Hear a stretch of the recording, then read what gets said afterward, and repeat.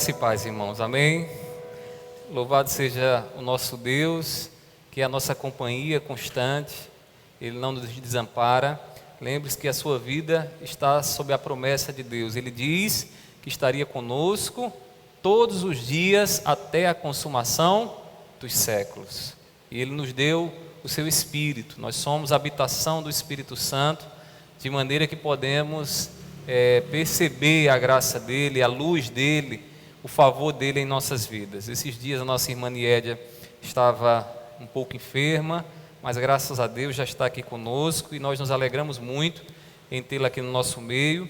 Você também que está enfermo, que tem recebido as nossas orações, que nessa noite Deus esteja a lhe abençoar, a lhe curar, a lhe erguer no poder dele. A palavra do Senhor nos diz que a oração do justo pode muito em seus efeitos.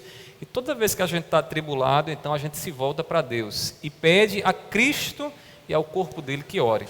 Então a igreja é o corpo de Cristo, Jesus é o cabeça e nós somos o corpo. E a gente ora com convicção de que o nosso Deus está ouvindo as nossas orações.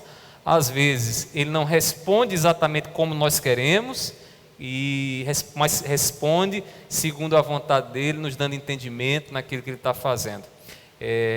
Nós falávamos esses dias sobre o espinho na carne de Paulo, que tem muito a nos ensinar, né?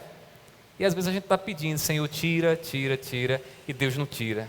Deus deixa, mas uma coisa é certa, Ele fala, Ele dá direção, Ele dá entendimento, para que a gente possa compreender o que é que Ele está fazendo na nossa vida, em meio aos momentos de tribulação, de enfermidade que a gente está passando. Então, que Deus seja louvado e que você exercite sua fé nessa noite para confiar no Deus que escuta as suas orações. Não deixe o diabo lhe enganar, não, que ele é o pai da mentira, é mentiroso por natureza. E ele fica dizendo, seu Deus não está ouvindo suas orações, ele está ouvindo suas orações. Então, exercite sua fé e creia no Deus a quem você tem pedido, clamado, rogado, Ele está com você nessa noite.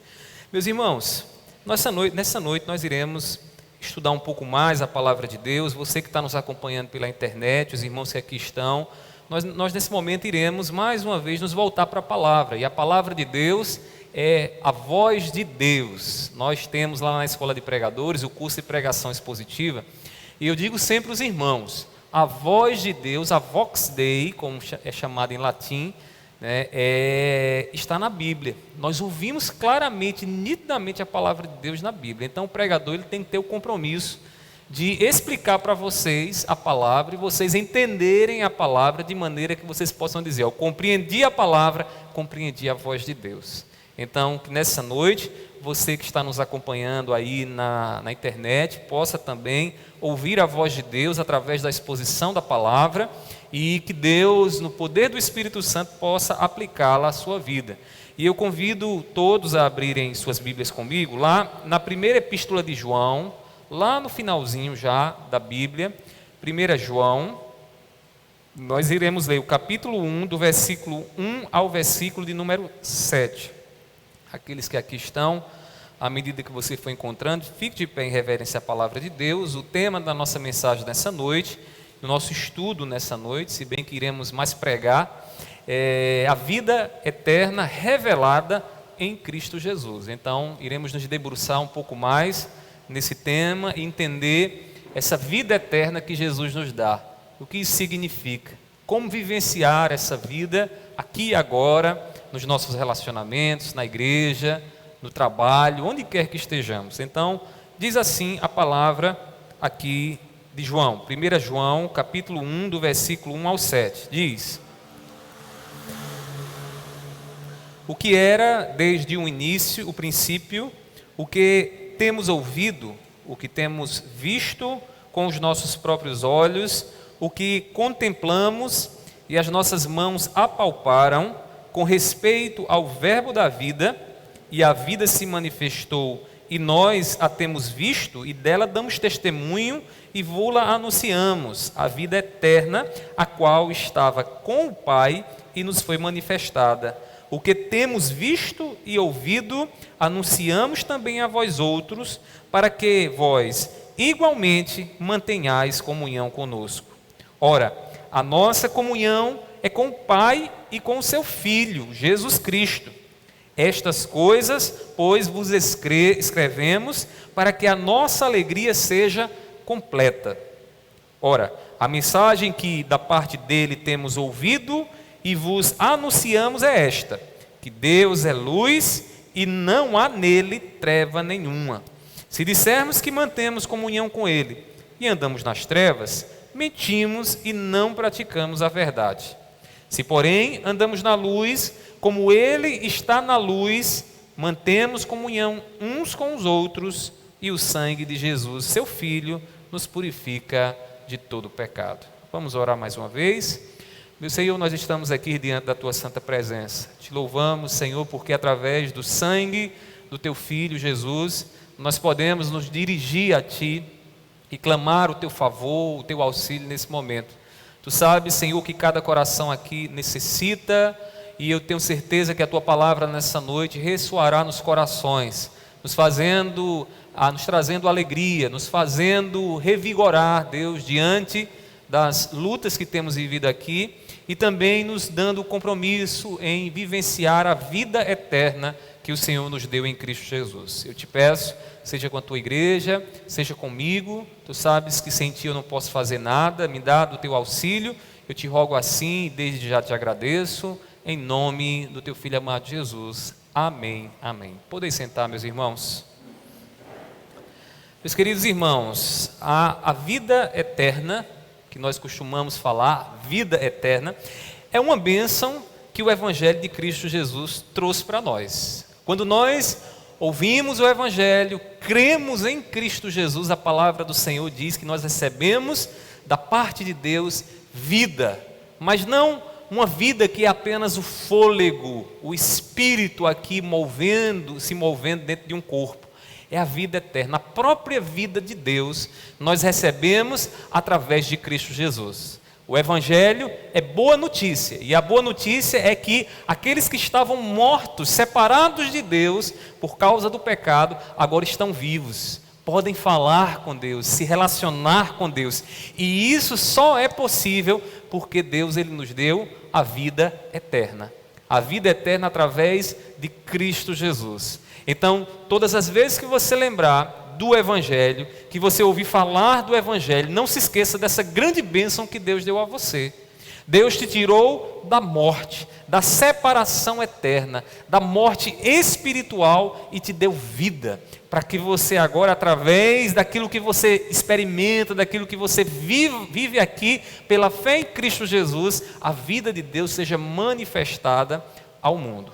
E é sobre essa vida que nessa noite nós iremos tratar. A vida eterna. João, ele nos ensina que Jesus, ele nos trouxe a vida eterna e por meio dessa vida podemos então gozar, nos alegrar, irmãos, na vida de Deus, agora no presente e no porvir. Deixa eu lhe dizer uma coisa, às vezes quando se pensa em vida eterna, a mente rapidamente é levada para a eternidade, para aquele nível, aquela dimensão onde não temeremos mais a morte, onde receberemos um corpo que a Bíblia chama de corpo glorificado, mas essa vida eterna, ela já se inicia agora, no presente, aqui quando nós estamos vivendo.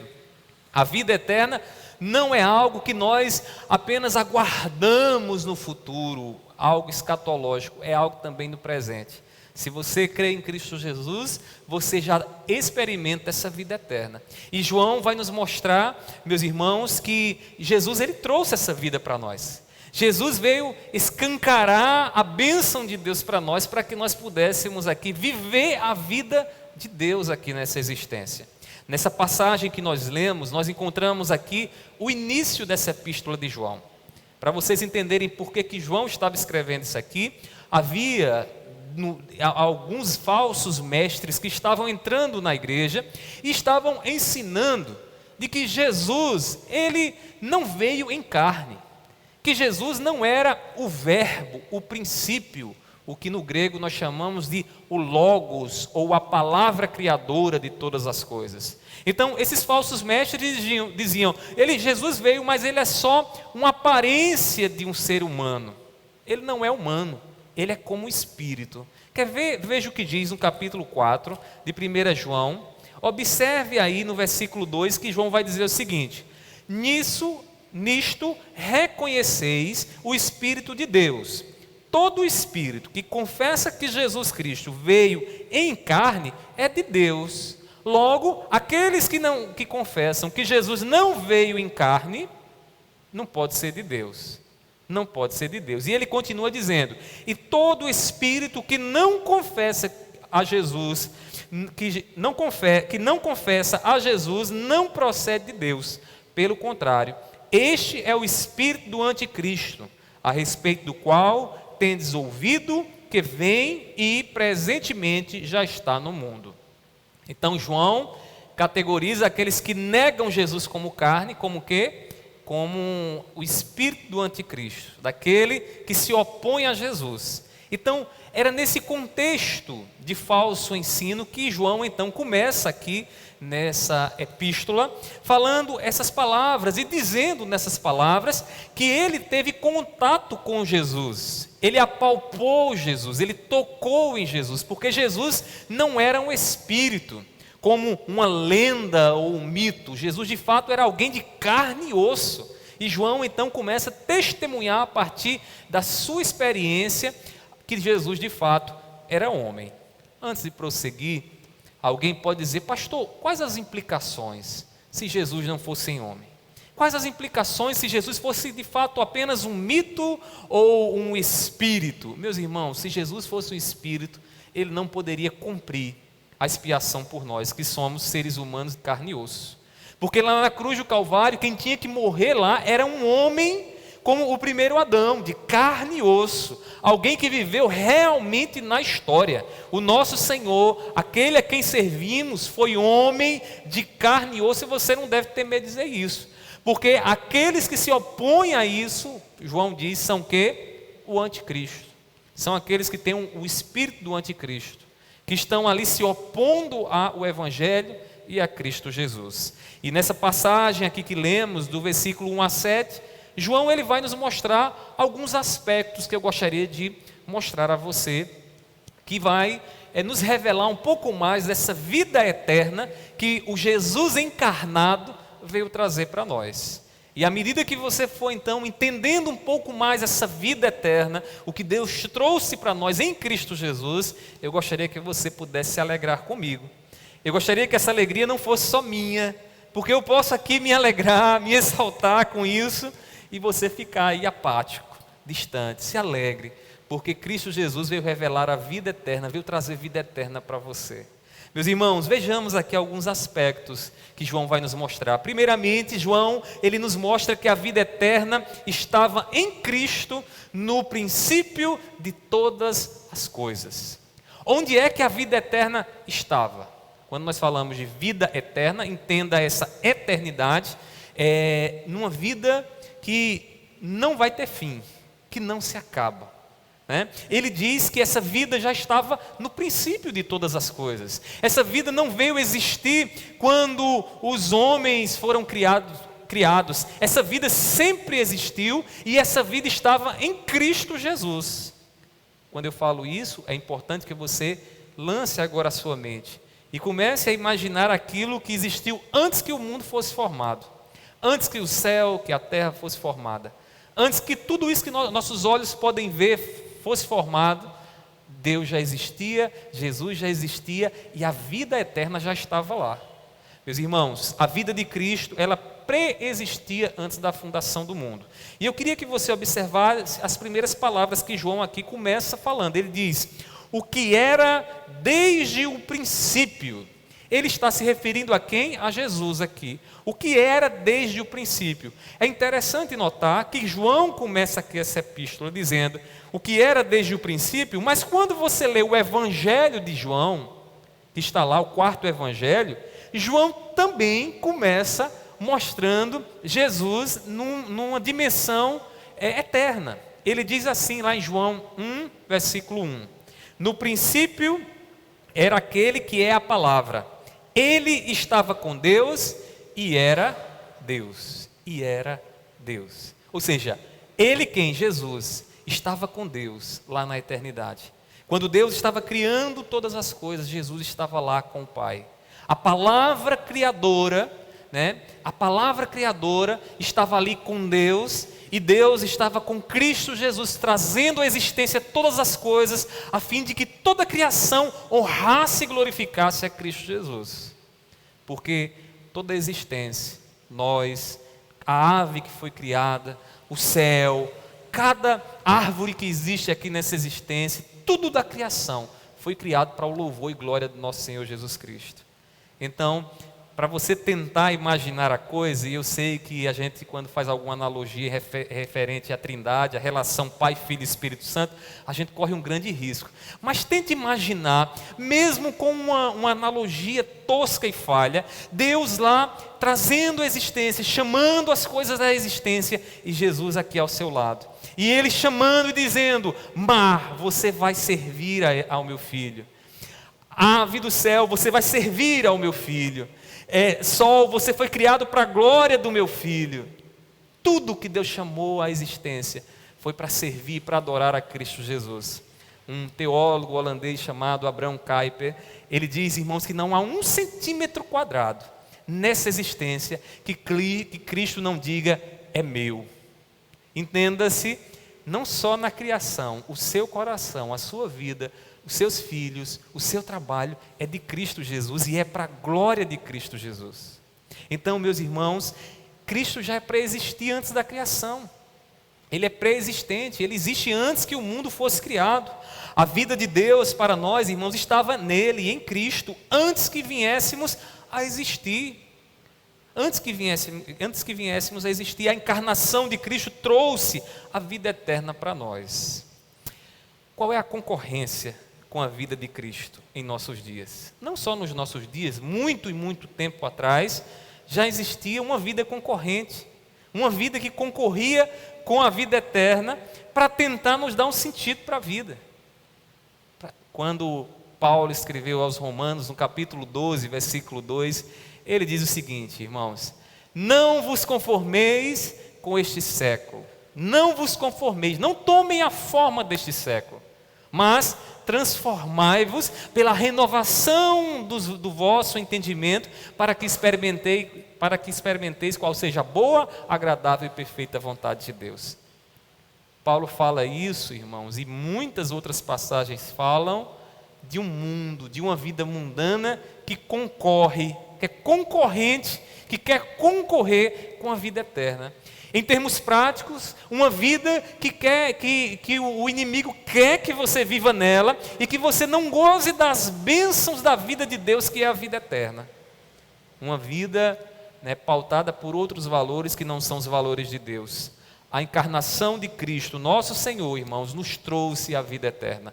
Abra sua Bíblia comigo, lá em João, capítulo 6, versículo de número 33. João 6, versículo 33. Diz assim a palavra do nosso bom Deus: porque o pão de Deus é o que desce do céu e dá vida ao mundo.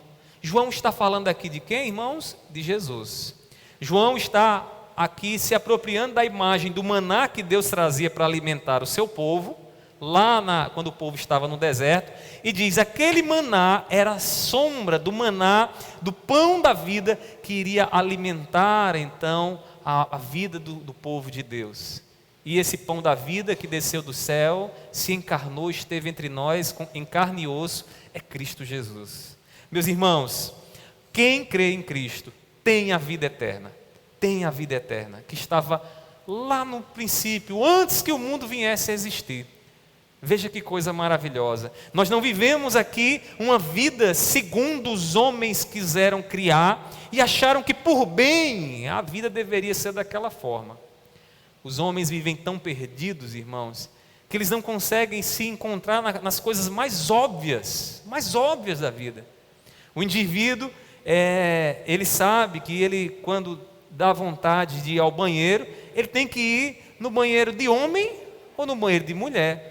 O ser humano perdido, irmãos, distante do princípio de todas as coisas, ele vai para o banheiro e ele olha: será que eu sou homem ou será que eu sou mulher? A confusão, irmãos, é tão grande quando se está distante de Deus, que o homem vive perdido. que ele se olha no espelho e ele não se conhece, porque ele está distante da imagem de Deus, do óbvio que Deus deu a ele. E ele tenta então ser aquilo que a sua imaginação quer, como alguns pregam por aí, dizendo: você pode ser tudo o que você quiser. Eu não posso ser uma cadeira. Eu não posso ser um púlpito. Eu sou um ser humano. Eu sou filho de Deus, criado à imagem e semelhança de Deus. Se eu me olho no espelho, eu sei ali quem eu sou, eu conheço cada parte do meu corpo. Irmãos, tudo isso porque a vida de Deus, porque o próprio Deus nos revela. Quem crê em Cristo tem a vida eterna. A vida eterna que estava no princípio, que não é criação dos homens aqui de uma cultura. Veja o que diz João 6, versículo 40. Diz assim: de fato, a vontade de meu Pai é que todo homem que vir o Filho e nele crê, tenha a vida eterna, e eu o ressuscitarei no último dia. João está dizendo: quem ver o Filho, Jesus, e crê nele, esse tem o quê? Vida eterna. Vida eterna. Aqui nós entendemos como é que alguém entra na vida eterna, crendo em Jesus. O incrédulo não pode viver a vida eterna, porque ele pode até ouvir a palavra, compreender racionalmente as palavras que são ditas, mas o seu coração, irmãos, não crê, não obedece. O seu coração não é coração de servo que ouve a voz do seu Senhor e obedece. E quem não crê, irmãos, não pode ter a vida eterna. Ele pode ser frequentador de igreja, ele pode ser religioso, ele pode se dizer cristão, mas ele não tem a vida eterna. Meus irmãos, a nossa eternidade é definida nessa existência, pela fé e pela credulidade que nós temos. A fé e a credulidade, que são duas coisas semelhantes. A fé é a confiança, a credulidade, a obediência a essa confiança. Ou seja, confiamos em Deus, confiamos em Cristo Jesus e mostramos que cremos nele obedecendo.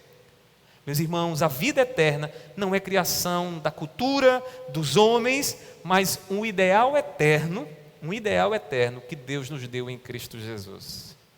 Você sabe, eu acho que todas as vezes, você como eu, quando nós nos pegamos diante dos pecados do nosso coração e da nossa mente, nós rogamos: oh meu Pai, quando será o dia que isso vai sair de mim? Quando será o dia que essa guerra vai acabar? Talvez seja essas as suas petições a Deus, as suas perguntas a Deus nesses últimos dias. Quando é que essa guerra vai acabar? Porque quando nós vivemos no Espírito, irmãos, nós estamos em guerra constante contra o pecado. E aí nós sentimos o inimigo rondando, atacando de todos os lados. E aí nós pedimos: Senhor, quando é que chegará ao fim essa guerra?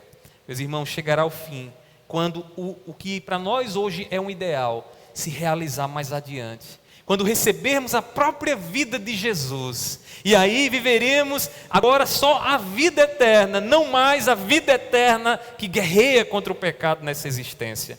Meus irmãos, tudo o que nós almejamos de bom, justo, santo, que faz o nosso coração saltar de alegria, está em Cristo Jesus. Está em Cristo Jesus. Jesus é aquela peça que harmoniza a nossa vida. Que harmoniza a nossa vida. Ele é aquela pecinha, irmãos, que quando está lá, liga todas as partes da nossa vida, nosso trabalho, nossa família, nosso corpo, nosso espírito com Deus. E isso é maravilhoso. Meus irmãos, quem nele crê, experimenta a vida de Deus, e a vida de Deus é a vida eterna. A vida que não vai se acabar. Assim como Deus é amor, o amor é eterno. Assim como Deus é verdade, irmãos, assim também a verdade estará conosco todos os dias, né, eternamente, sem fim. Então, a primeira coisa que João nos mostra aqui é isso, que Jesus, que a vida eterna estava em Cristo desde o princípio de todas as coisas, que ela não é criação dessa sociedade, dessa cultura, já existia antes que o mundo viesse a existir. Em segundo lugar, João nos mostra ainda que a vida eterna se encarnou na revelação de Cristo Jesus.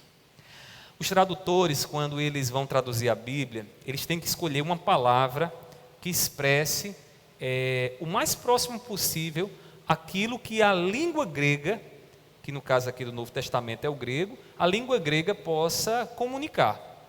E a palavra que é traduzida por verbo é a palavra logos, que lá no grego ela também pode ser traduzida por palavra, a palavra. E esse verbo ou palavra nos lembra o que Deus estava fazendo, o ato criador de Deus, porque Deus estava criando todas as coisas como? Falando. E disse Deus, haja luz, e houve luz.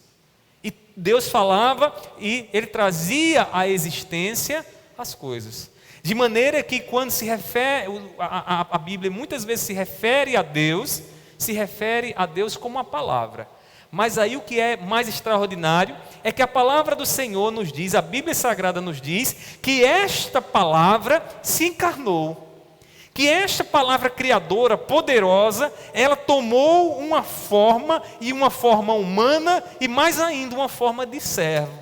E veio a esse mundo para aqui nos comunicar a vida de Deus.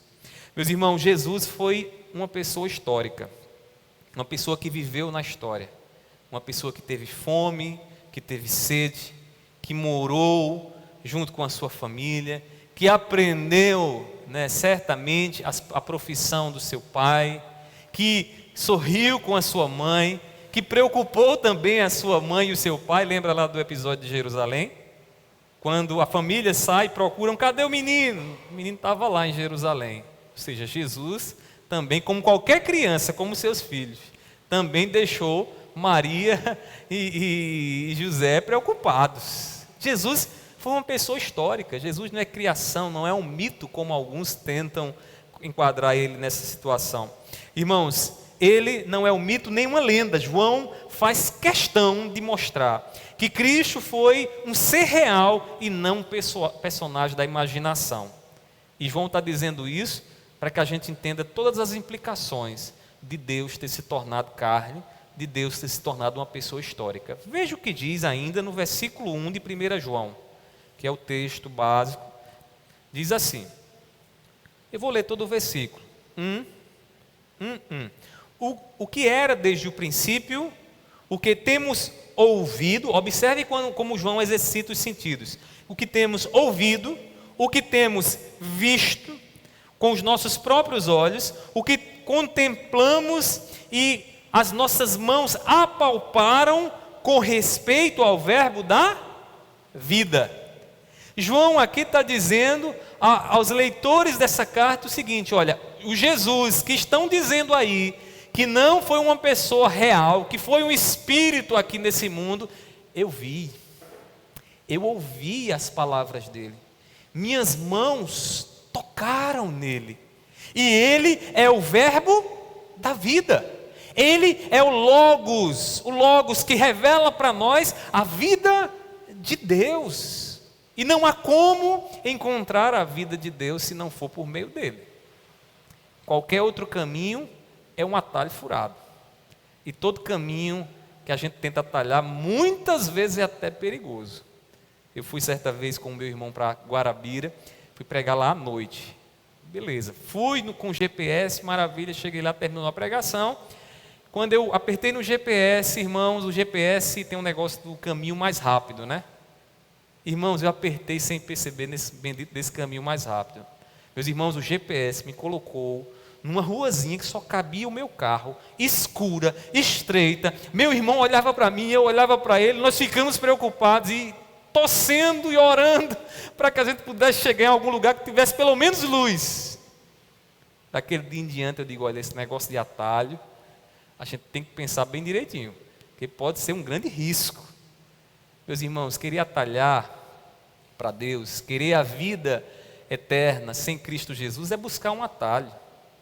É buscar um atalho. Ou você escuta o que Jesus está falando para você, está lhe ensinando, e obedece como serva, para você poder gozar a vida eterna, ou você vai buscar um outro caminho. Jesus disse, eu sou o caminho, e ninguém vem ao Pai senão por mim. Eu sou o caminho. É importante destacar. Olha o artigo. O não é Não há outro caminho. É Ele o caminho. Meus irmãos, a realidade de Jesus nos garante que a vida eterna pode ser experimentada aqui nessa existência. Embora viveremos eternamente com o nosso Deus, naquele lugar, novo céu e nova terra, transformado, onde a morte já não vai mais nos ameaçar, fila de SUS não vai existir, Deus nos alimentará, Deus com sua glória, irmãos, brilhará de maneira que não haverá mais necessidade do sol, porque só a glória de Deus iluminará toda a nossa vida e toda a nossa existência. Já parou para pensar sobre isso? É isso que o Apocalipse fala. É nesses termos, e lá terá a árvore da vida, que nos sustentará eternamente. Irmãos, o pecado não estará mais lá. Meus irmãos, ali viveremos a vida eterna, só ela. Mas essa vida eterna, ela também é vivida nessa existência. Aqui e agora, hoje. Hoje é quanto? 29 de julho de 2021. Aqui, às 8 horas e 27 minutos. Nesse momento, você pode viver a vida eterna. E esse fato implica algumas coisas. Primeiramente, que a vida eterna ela requer uma obediência ao Jesus histórico, ao Jesus que realmente existiu. Você, como cristão, você tem que desejar conhecer mais de Jesus, para que você conheça a vida que Jesus quer para você. E quanto mais você conhecer Jesus, mais você vai se tornar parecido com Deus. Mais as virtudes de Deus estarão em você. Eu acho que quando eu falo isso que eu acabei de dizer agora, há um probleminha que pode gerar um mal entendido. Quando eu digo conhecer a Jesus, eu sei que uma grande maioria de pessoas pensa o seguinte: eu conheço a Jesus. Jesus não foi aquele que nasceu na manjedoura, não é aquele que está na Bíblia, que o seu nome significa o Salvador, né? Eu conheço esse Jesus. Essa é a mente grega, que tem uma ideia de conhecer como algo abstrato, como um pensamento que está dentro da nossa mente. Para um judeu, irmão, sabe o que significava conhecer? E todas as vezes que a Bíblia fala de conhecimento, fala nesses termos, conhecer significava experimentar. Conhecer, o conhecimento que a Bíblia fala, é aquele conhecimento de quem está chupando a laranja. Não é aquele conhecimento de alguém que sabe que a laranja é amarela, que a laranja é redonda, que consegue perceber todos os detalhes da laranja, mas não consegue saborear o gosto dela.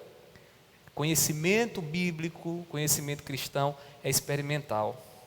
É experimentar, eu preciso experimentar. Para você conhecer a vida eterna, você precisa experimentar da vida de Jesus, conhecendo quem Jesus é e vivendo o que Jesus viveu, aquilo que Ele nos deixou como testemunho de vida, vivendo o que Ele viveu, nós estaremos experimentando o quê? A vida de Deus, a vida de Deus. A vida eterna, irmãos, é conformidade de atitudes, ações e pensamentos com o nosso Senhor Jesus Cristo. É tomar aquela forminha de Jesus para nós. E quando a gente começa a tentar se enquadrar na forma de Jesus, a gente começa a guerrear com a nossa alma, porque o bem que eu quero fazer eu não faço. Eu sei o que eu devo fazer, eu sei que eu preciso perdoar mais, eu sei que eu preciso ser mais paciente, mas há uma força dentro de mim chamada pecado, que atua na minha carne, que diz: não, você não vai se enquadrar com isso aí. Meus irmãos, nós precisamos nos enquadrar na forma de Cristo Jesus, em pensamentos, atos e ações e atitudes. Cristo nos ensina: eu sou o caminho, mas Ele não diz só isso, Ele diz também: eu sou a verdade e a vida. Irmãos, a vida, que vida é essa? A vida de Deus, a vida eterna. Não existe vácuo no nosso coração em relação à vida. Se na vida de Jesus não está em você, outra vida está reinando aí. Já parou para pensar sobre isso?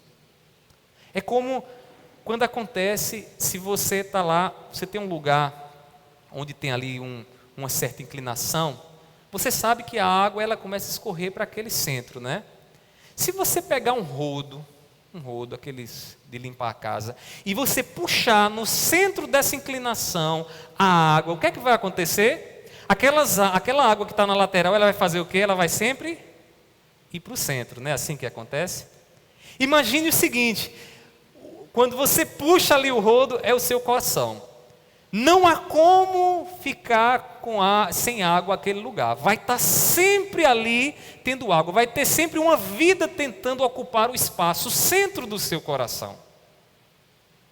Isso quer dizer o seguinte, que se você não tem a vida de Jesus hoje, agora, a vida eterna aqui agora, uma vida está aí. E pode ser a vida do mundo, pode ser uma outra vida criada por você, por um ideal que você quis para você. Meus irmãos, Jesus nos dá a vida eterna. O Evangelho proclama a vida eterna em Cristo Jesus. Nós não temos em Jesus uma vida fictícia, que expressa alguma ideia para nós. Nós temos a vida histórica pela qual Deus nos chama a viver. A encarnação de Deus, irmãos, em Cristo, é fundamental para a nossa fé e espiritualidade. Já imaginou se Jesus não fosse homem? Se Jesus não fosse humano como você? Teria muita coisa que você poderia apresentar a Ele e dizer, mas Ele não sabe o que eu estou passando. Às vezes nós estamos numa tribulação tão grande que a gente diz, meu Deus, que dor, hein? Que dor, e o que a gente mais quer é a empatia terapêutica de Deus. De um Deus que diz, eu sei o que é que você está passando, porque eu passei também. Do Deus que diz para você, está doendo lá na cruz. Eu sei a dor que você sentiu, porque lá doeu também. Lá doeu também. Do Cristo que também foi traído. E diz para mim e para você, você foi traído, seu coração está aí arrasado, rasgado, sangrando.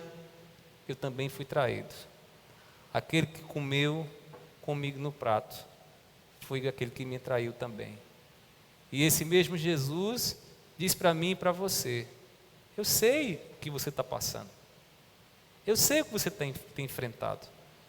E tudo isso que você tem enfrentado, eu experimentei, porque eu fui um ser humano histórico, vivi na história, fui um ser humano de carne e osso, e ainda sou. Meus irmãos, a encarnação de Deus em Cristo é fundamental para a nossa fé e espiritualidade. Então, cuidado, quando alguém vier falar de um Jesus que não seja homem, que não seja de carne e osso. Para experimentar a vida eterna, nós devemos esvaziar a vida mundana e nos encher da vida de Cristo. E talvez você que está nos escutando nessa noite, seja essa a sua condição. Até esse momento a ficha não caiu para você, você não parou para refletir sobre qual é a vida que você tem vivido. E você começou a perceber que a vida que está em você não é a vida de Cristo Jesus. É hora de se arrepender. É hora de trazer de volta a vida de Jesus e pedir a Ele que te ensine a viver. Meus irmãos, João está aqui nos ensinando a vida eterna, que é uma bênção maravilhosa. É um presente de Deus para nós, né? Favor imerecido de Deus, é graça de Deus sobre nós. Em terceiro lugar, João ainda nos mostra algo mais acerca da vida eterna. Ele vai nos dizer que a vida eterna, irmãos, vai nos mostrar que a vida eterna é o conteúdo da proclamação apostólica. Então, ele vai dizer que o que os apóstolos que foram chamados por Deus, aquilo que os apóstolos ensinaram e que é o fundamento da igreja, que são as palavras de Cristo Jesus, a vida eterna é o conteúdo daquilo que os apóstolos ensinaram.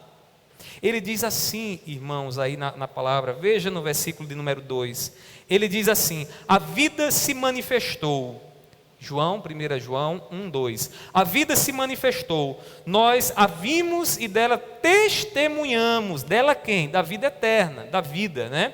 E proclamamos a vocês a vida eterna, que estava com o Pai e nos foi manifestada.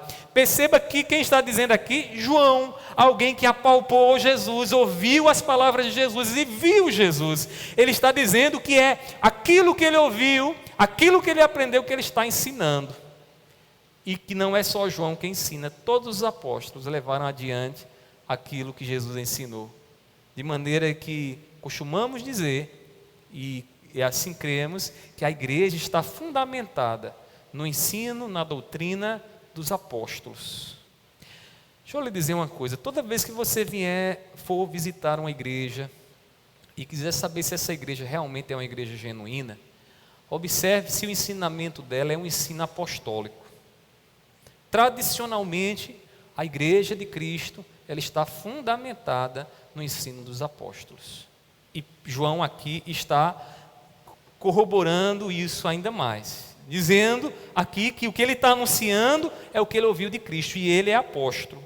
No versículo 5, ainda ele diz: ora, a mensagem que da parte dele, de Cristo, temos ouvido e vos anunciamos é esta, que Deus é luz e não há nele treva nenhuma. Deus é luz e não há nele treva nenhuma. E João ouviu isso de quem? De Jesus. Então, quem está proclamando aqui é o João apóstolo, aquele que está ensinando a igreja, lançando ali o fundamento do evangelho de Cristo Jesus, para que a igreja seja edificada.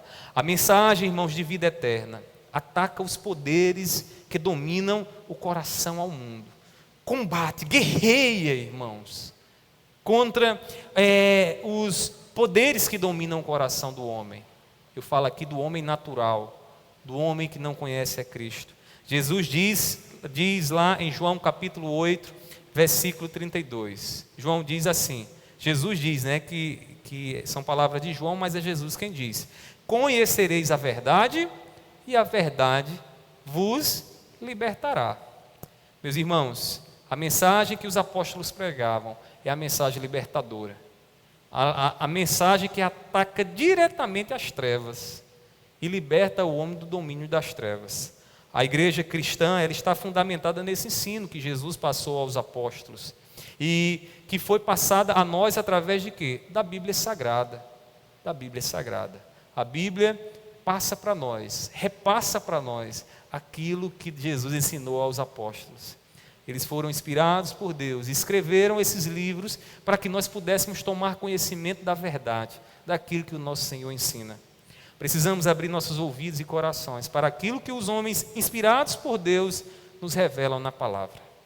Uma vez, uma pessoa chegou para mim muito necessitada. A pessoa dizia o seguinte para mim: essa pessoa não é do nosso meio, mas é uma pessoa que eu conheço. Ela dizia para mim o seguinte: pastor, eu preciso de uma direção da parte de Deus. Eu estou para tomar uma decisão e eu preciso que Deus me oriente. E naquele dia, quando essa pessoa falou isso, eu disse: meu irmão, pegue sua Bíblia, vá para o seu quarto, ore e peça ao Senhor que te lembre e te dê clareza na palavra, para que você possa refletir em tudo aquilo que o teu Senhor ensina. Quando você fizer isso, você vai ouvir a voz de Deus, porque Deus vai revelar para você o princípio, para que você tome essa decisão que você precisa tomar, de forma que Deus seja honrado. Aquele irmão escutou essas palavras, foi para casa. Depois de um certo tempo, eu encontrei ele, e eu disse: irmão fulano, e aí, ouviu a voz de Deus? Aí o irmão olhou para mim e disse assim: pastor, ainda estou procurando. E eu, achando na minha inocência, eu disse: como assim está procurando? Não tem Bíblia na sua casa, eu dentro de mim? Não tem Bíblia na casa desse homem, não, é? Para ele ler a Bíblia, ele não sabe orar, não, é? Mas depois, com um pouquinho mais de conversa, ele disse: pastor, eu não ouvi não, mas eu vou participar de uma reunião num determinado bairro aqui em João Pessoa, que lá tem uma pessoa que quando ela começa a falar, a gente escuta a voz de Deus. Eu fiquei, quer dizer então, dentro de mim, lógico, se eu falar não ia afrontar ali meu irmão assim, de forma tão forte, mas meu Deus, quer dizer então que ele não escuta a palavra de Deus na palavra, na Bíblia, ele escuta em outro lugar, ele escuta em alguém que numa experiência mística revela a palavra de Deus. Meus irmãos, eu não estou dizendo aqui que Deus não pode soberanamente usar alguém, pode, e Ele faz isso quando Ele quer. Ele é soberano e Ele age. Mas, irmãos, mesmo aquilo que alguém que se levante e diga que Deus está lhe inclinando por intuição ou por qualquer outro meio a falar alguma coisa, tem que estar fundamentado na palavra. Essa pessoa diz algo que não está na palavra, descarte, lance no lixo. Não vem de Deus não, vem do mentiroso, do diabo. daquele que mentiu desde a criação do mundo. Meus irmãos, nós precisamos voltar a nossa atenção para a palavra apostólica. E a palavra apostólica está na Bíblia Sagrada. Tenha a palavra, beba a palavra, coma a palavra, para que você possa ouvir aquilo que Deus está falando para você, até mesmo quando alguém se levantar para dizer que é Deus que está dizendo algo para você. Sem a palavra você está vulnerável, você é lançado como uma folha seca de um lado para um outro, uma hora crê nisso, daqui a pouco não crê mais, uma hora tem esse valor, daqui a pouco não tem mais. Como alguém estava me dizendo esses dias, um colega dizendo que em certo lugar diz que tem até profecia para divórcio. Então, Deus levanta alguém e diz, olha, pode se divorciar dela que eu tenho um novo varão para você. A gente escuta essas coisas bizarras, irmãos, essas coisas bizarras. E o pior de tudo, sabe o que é? Passa na mente de muita gente tranquilamente. Muita gente aceita isso como palavra de Deus. E vive a vida eterna? Não, não vive. Vive a vida de uma outra pessoa, do diabo, que é aquele que faz oposição a Deus, mas não vive a palavra de Deus. Meus irmãos, a vida edificada nas palavras de Cristo é semelhante ao que Cristo nos diz. Há um sábio construtor que edificou a sua casa sobre a rocha. Vieram os ventos, bateram os rios e a sua casa estava firme. Mas a casa do insensato, a vida do insensato, é como aquele que construiu a sua casa sobre a areia. Logo ruiu, não tem sustentação, não tem fundamento. Meus irmãos, eu estou falando isso para que você possa discernir com clareza a voz de Deus na sua vida. Para que você entenda que a vida eterna, a vida que Deus quer para você, está na mensagem apostólica que está na Bíblia Sagrada. Por fim, João ainda nos diz algo mais aqui, que nos revela, nos mostra a vida eterna. João, ele nos mostra que a vida eterna livra o homem do caminho das trevas. Uma das imagens mais trabalhadas e significativas para nós em relação ao Evangelho é a imagem da luz e das trevas. O que é que acontece quando alguém está em trevas? Houve um apagão, acabou tudo, ninguém enxerga nada, a gente não consegue perceber um palmo diante dos nossos olhos. A gente pode rapidamente se ferir. Se a gente estiver numa caminhada, pode ter um buraco na frente, a gente não consegue ver. A gente quer encontrar alguma coisa, quer chegar em alguma coisa, com certeza a gente tem que tatear, a gente não tem condições de afirmar claramente que aquilo ali é assim, porque nós não estamos vendo. Treva é ignorância. Jesus vem a esse mundo revela a vida eterna, e o que é que ele é? Luz, que faz com que os nossos olhos vejam a vida como a vida é. Deixa eu fazer aqui uma observação curiosa. Lá na nossa turma de interpretação bíblica, vocês querem saber qual é o maior problema dos líderes que eu dou aula lá e que vão interpretar a Bíblia? Eles não sabem observar. Eles não sabem observar. Tem gente que pensa que é observador, mas não é. Pastor, e como é que eu sei que eu sou uma pessoa observadora? O que é que acontece na nossa mente? Funciona da seguinte forma: a gente vai amadurecendo, e quanto mais idade nós temos, mais abstrato fica o nosso pensamento. Mas vocês já viram uma criancinha como Jonas ou Jonathan aqui? Quando eles vão falar algumas coisas, eles falam de uma forma tão concreta que a gente fica meio desnorteado. Se você perguntar a ele, o que é isso aqui? Ele vai dizer, pastor, você vai dizer, isso aqui é o emblema da segunda igreja congregacional. Olha que pensamento abstrato. Emblema da segunda igreja congregacional. O que é um emblema? O emblema é um conceito, uma abstração. Mas a criança, se eu disser, o que é isso aqui? Ela vai dizer, é um plástico branco, quadrado, meio liso, não é assim que diz, né? Ele está vendo a vida, ele está vendo a coisa como a coisa realmente é. A gente perde isso com o passar do tempo. E a gente começa então a viver pela nossa imaginação.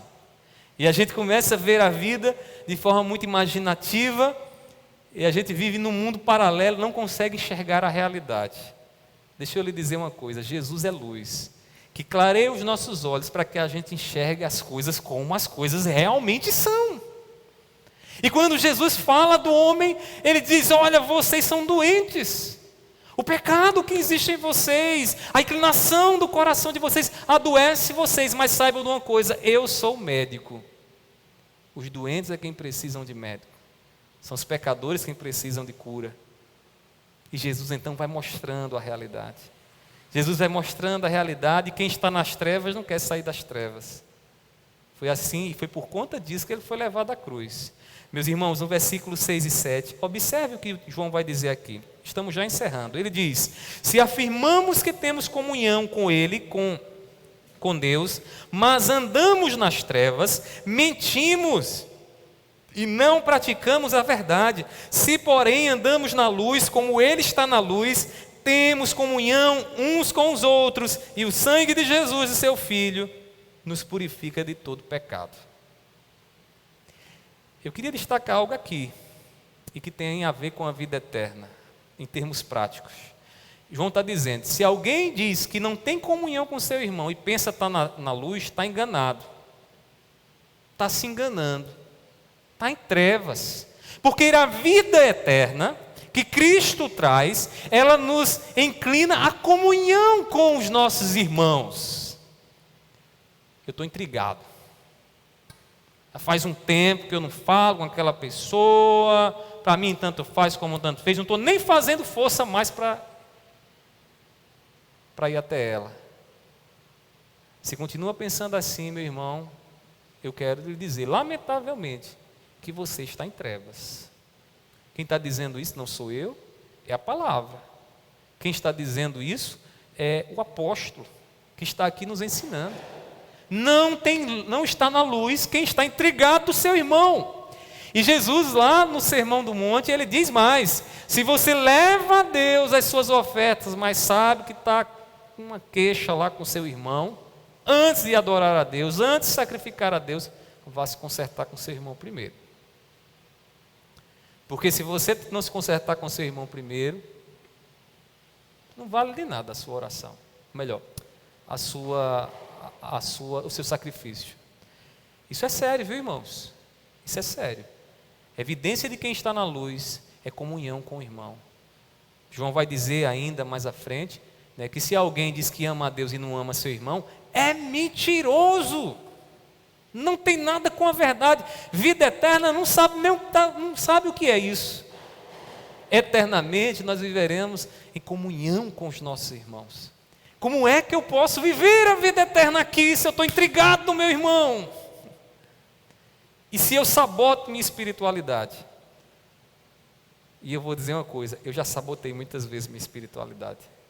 Sabe como é que a coisa acontece? A gente começa a dizer para nós mesmos: ele falou isso, eu estou com a razão, eu estou certo, eu não tenho que ter relacionamento com ele, eu não tenho que estar nem perto dele, porque ele agora vive a vida dele para lá. E você começa a justificar, racionalizar uma prática que não é cristã, uma prática de alguém que está nas trevas. Meus irmãos, aquele único que poderia virar as costas para nós, justamente para não nos perdoar, ele tomou a iniciativa para nos perdoar. Deus, aquele que todos os dias nós ferimos, foi ele quem tomou a iniciativa para nos dar perdão, para que a gente pudesse estar em comunhão com ele, num relacionamento de amizade com ele. Você sabe o que é que isso implica para a nossa espiritualidade? Que por mais terrível que seja aquilo, por mais dor que tenhamos sofrido, nós temos que nos esforçar para estar bem com os nossos irmãos, para estar em comunhão com os nossos irmãos. Sofra a pena, como Cristo Jesus sofreu. Pastor, isso não é fácil. Eu não estou dizendo aqui, eu não estou falando nada fácil, eu não estou falando de nada que naturalmente você pode fazer. Eu estou falando de algo que você só vai fazer se o Espírito Santo estiver com você. De algo que você só vai conseguir realizar se você for cheio e cheia do Espírito Santo. Então, meu irmão, não sabote sua espiritualidade, não.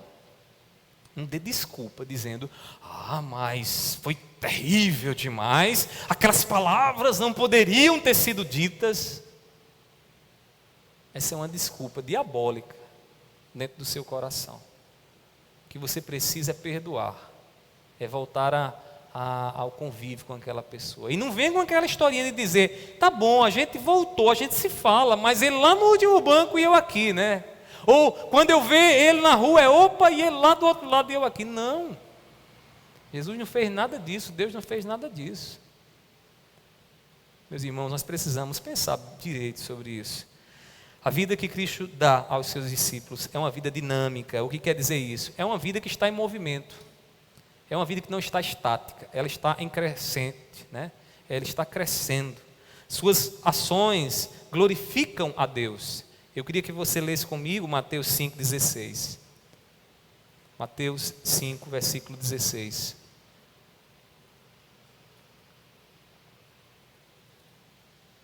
Diz assim a palavra do Senhor. Jesus, ali ensinando no monte aos seus discípulos, diz: assim brilhe também a vossa luz diante dos homens, para que vejam as vossas boas obras e glorifiquem a vosso Pai que está nos céus.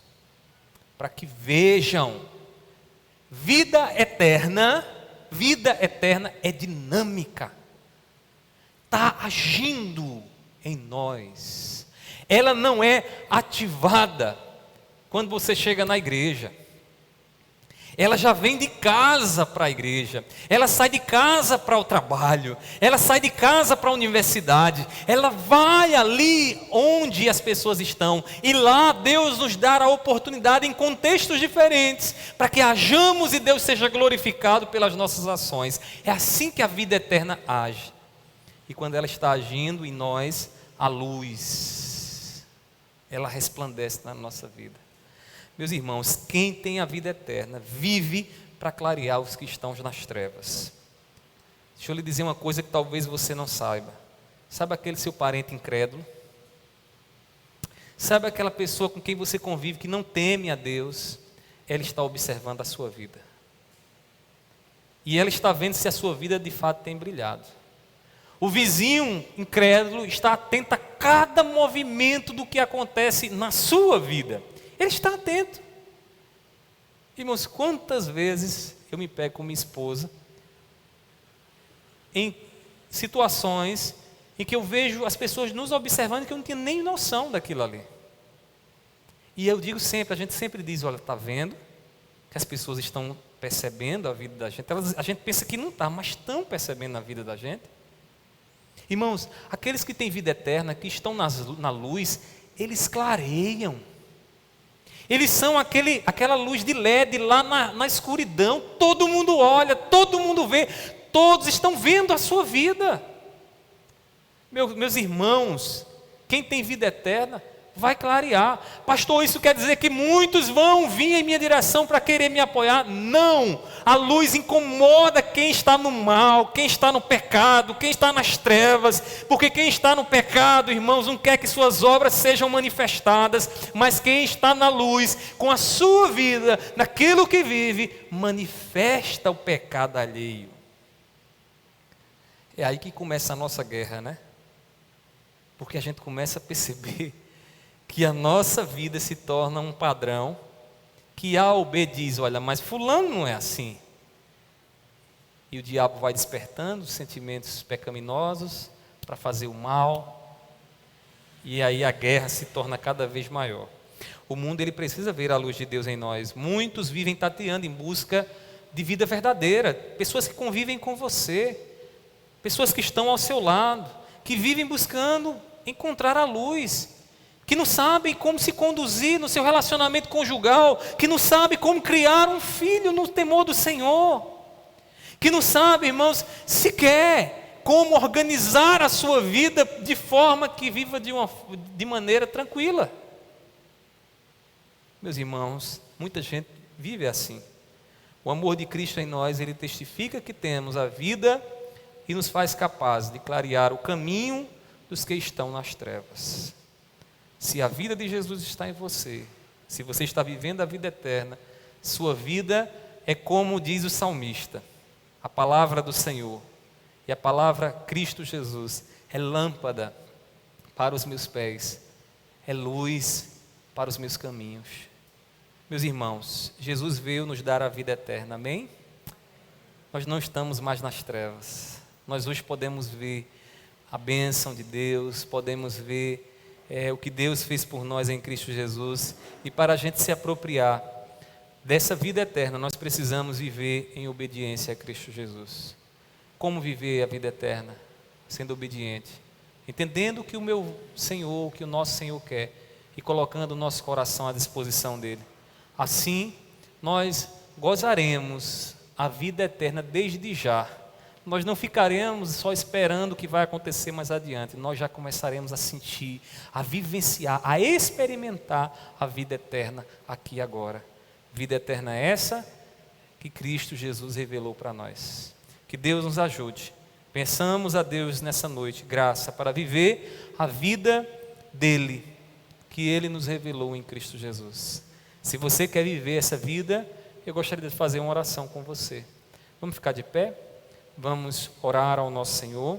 Depois dessa oração nós estaremos encerrando. E eu queria encerrar fazendo uma oração, pedindo ao Senhor: Senhor, me faz ter mais consciência dessa vida. Me faz experimentar mais a vida de Cristo. Se você pedir isso de todo o coração, eu tenho certeza, tenho plena certeza que Deus vai lhe dar. Que Deus vai lhe dar mais. Que Deus vai lhe agraciar cada vez mais, para que você possa, sua luz possa cada vez mais resplandecer. Então vamos orar ao nosso Deus. Feche seus olhos, ore comigo, peça essa graça a Ele nessa noite. Meu Deus, nós te louvamos, Senhor, porque Tu és a vida. Pai, nós hoje podemos ver aquilo que o Senhor criou para nós, podemos ver o Teu amor, podemos experimentar o Teu cuidado, a Tua presença, a Tua companhia, Senhor, e nós te louvamos por isso, porque através do Teu Filho, Cristo Jesus, nós podemos agora viver de forma a agradar o Teu nome, meu Pai. E eu sei, meu Pai, que essa vida não se resume, não está restrita a essa existência. Essa vida perdurará pela eternidade. E na eternidade ela não terá fim, meu Pai. Eu te peço nesse momento, dar-nos graça, Senhor, para que aqui nessa existência nós já possamos gozar e nos alegrar com tudo aquilo que é eterno. Com o Teu amor, com a Tua verdade, com a Tua justiça, com a Tua misericórdia sobre nós. Pai, eu te peço, ajuda-nos, Senhor. Eu te peço, Deus, por este meu irmão. Pai, ajuda o Teu servo, meu Pai, a avançar. Não deixe, Senhor, que ele fique parado, estagnado. Tira a vida dele da inércia, Pai. Que ele possa, de forma dinâmica com o que faz, glorificar o Teu nome e experimentar a vida que recebeu de Cristo Jesus. Também te peço por essa minha irmã. Pai, derrama a Tua graça sobre ela. Tu sabes quanto ela tem clamado e pedido o Teu favor, Senhor. E eu sei que Tu és bom Pai, meu Pai. Eu sei que Tu és bom Pai, aquele Pai que escuta a voz, a petição dos filhos, Pai, e dar aos filhos aquilo que os filhos necessitam.